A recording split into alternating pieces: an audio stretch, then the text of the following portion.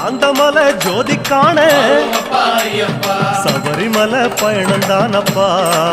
சாமி வழி துணையா வந்து சேரப்பா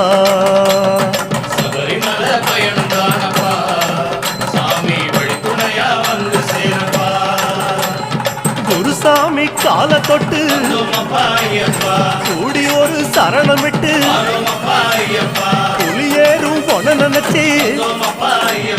புல்லரிக்க சரணமிட்டு காந்தமலை ஜோதியானவா எங்க காவலாக வந்து சேரப்பா காந்தமலை ஜோதியானவா எங்க காவலாக வந்து சேரப்பா